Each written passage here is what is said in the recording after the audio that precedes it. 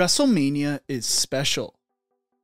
It's the WWE's version of the Super Bowl, and where all the stories come to an end and where stars are born. It is WWE's season finale and is unlike anything else. Fans from around the world come to witness Mania, and the two-night event draws 80,000 plus people a night for the two-night event. Heading into WrestleMania 40 this week, the WWE is cooking, and it might be the most excited I have ever been for Mania, with the idea of Cody Rhodes finishing the story in an Avengers-style of way, The Rock returning as a villain, and the show taking place in the rowdy city of Philadelphia. But what makes WrestleMania so special? Stay tuned to find out. But before we get into this, if you enjoy content like this, make sure to leave a like and subscribe. Also, let me know who your favorite wrestler is, past or present, in the comment section below. The first WrestleMania occurred on March 31st, 1985, in New York City, taking place at Madison Square Garden. Originally, the event was shown on closed-circuit television and was such a financial and critical success that it led to the WWF to become the premier wrestling foundation in the United States, surpassing the NWA and AWA. A world indoor attendance record of 93,173 fans was set at WrestleMania 3, which was also the largest paying attendance in the history of professional wrestling at the time. The event is widely considered to be the pinnacle of the 1980s wrestling boom. To make certain that every seat in the Pontiac Silverdome would be filled, the WWF decided to exclude the entire state of Michigan from pay-per-view sales access, which made attending the event the only way fans in Michigan could see it live. The use of pay-per-view also led to the then WWF experiencing great financial success. WrestleMania 6 would be the first time the event took place outside the US, when it took place at the Rogers Center in Toronto. WrestleMania 9 was the first WrestleMania event held at an outdoor venue. It was also the first and only time in WrestleMania history that the WWF World Heavyweight Championship switched twice. The year 2000 marked an important milestone in the history of WrestleMania.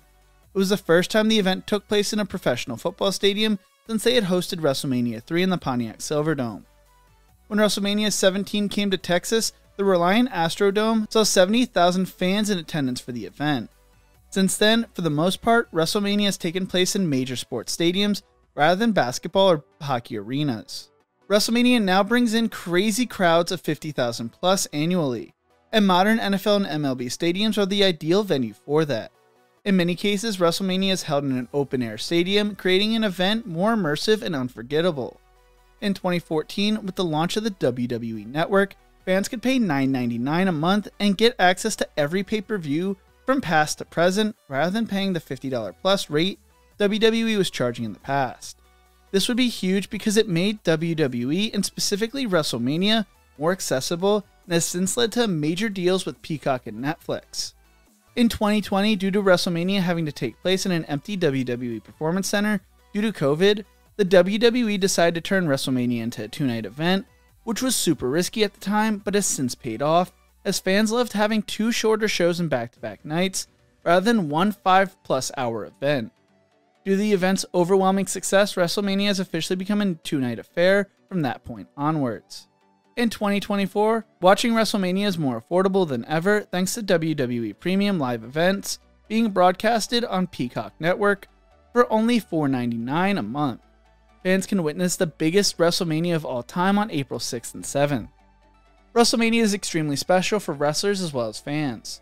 John Cena once described WrestleMania as being everything for him, and even described it as the wrestler's own March Madness, which it has seemingly always coincided with. Cena told ESPN in 2018, "It is like a team entering what they call the second season. You work so hard and then realize you're in the bracket, and then week after week everything becomes more and more hyped, and the energy, the investment becomes more and more intensified, culminating with WrestleMania. That's why it is our March Madness, the Super Bowl, the Masters, the NBA Championship, the World Series. That is our version." It has a similar build-up to that. You also can't talk about WrestleMania without mentioning both The Undertaker and Shawn Michaels. For many years, The Undertaker was undefeated at WrestleMania as I was growing up and getting into wrestling. Everybody was trying to break the streak.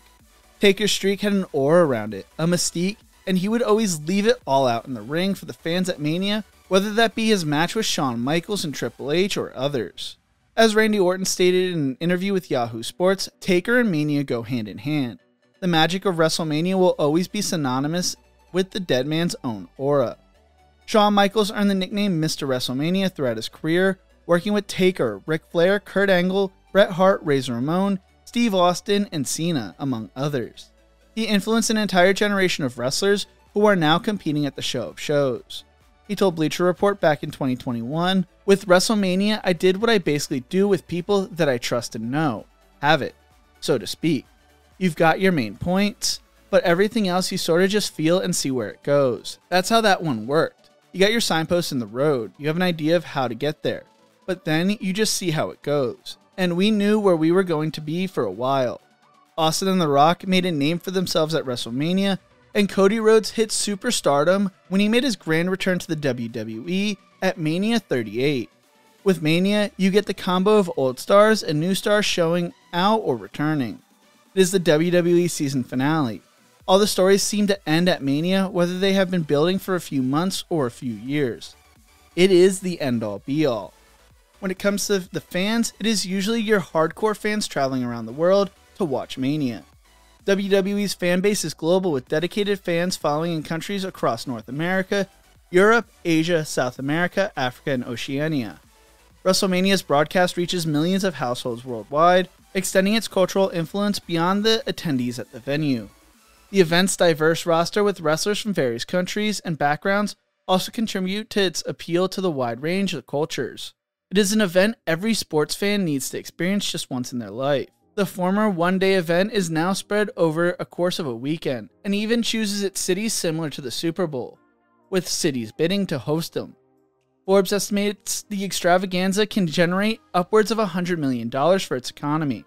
There are indie shows being performed throughout the week, concerts, celebrity appearances, events where fans can meet up with others like them and even interact with their favorite superstars. Flo Rida, Snoop Dogg, Nina Strauss, and Living Colour are only a few people that have performed at the show of shows. WrestleMania has produced countless memorable moments that have become ingrained in the collective memory of wrestling fans. From iconic matches and shocking twists to emotional victories and surprise appearances, WrestleMania consistently delivers moments that resonate with fans for years to come. Overall, attending WrestleMania offers a unique and thrilling experience for fans, combining world-class entertainment, unforgettable moments, and the camaraderie of fellow fans in a once-in-a-lifetime event. Being a wrestling fan on and off over the years has always been tough because you always felt like you were going to be made fun of by your friends or family. But since I have dove in head first, I have developed such a love for the product, and over the past year or so, watching wrestling has become cool again. My buddy Cole Adams and I have gotten even closer since we both found out we were both watching wrestling, texting each other throughout the week about what is going on, that we have to each be tuning into the show right now if the other wasn't watching, and just having fun by suspending our disbelief for a few hours. Cole also loves WrestleMania, and when I thought of making this video, he was the first person I told and someone I wanted to be a part of it. So without further ado, I'm going to give the floor to Cole to explain why WrestleMania is so special to him and means so much. Thank you, Jonathan, for having me on. Yes, it feels like wrestling is back.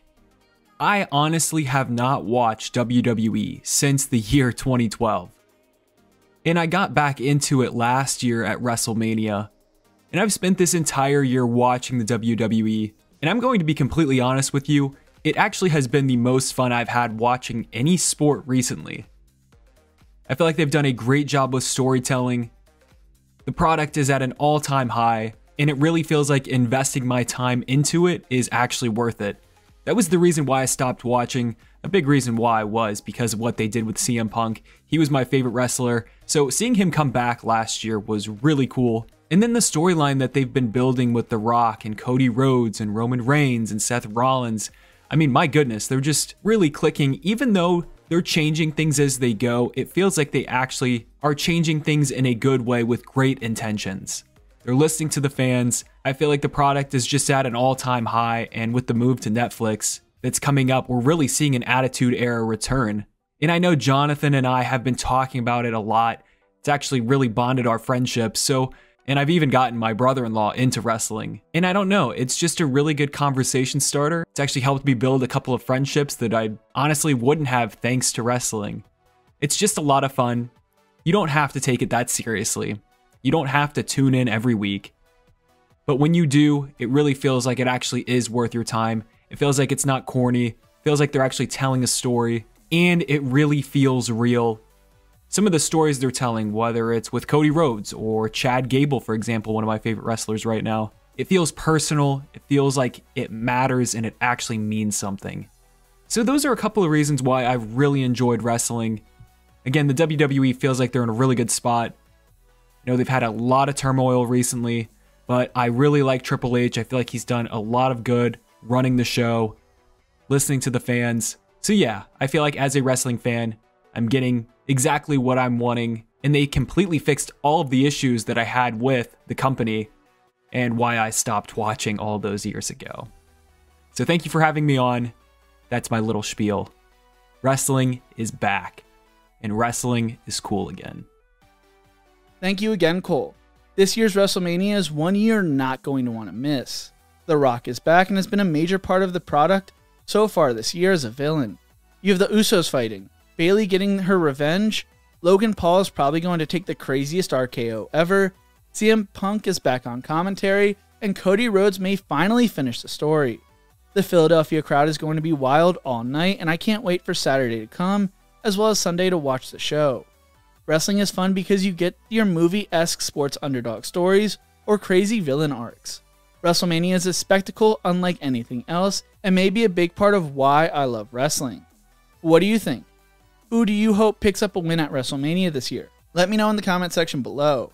If you enjoyed this video, make sure to check out one of my other videos YouTube thinks you will love right here. Don't forget to leave a like and subscribe. Thank you so much for watching, and as always, remember to embrace the grind.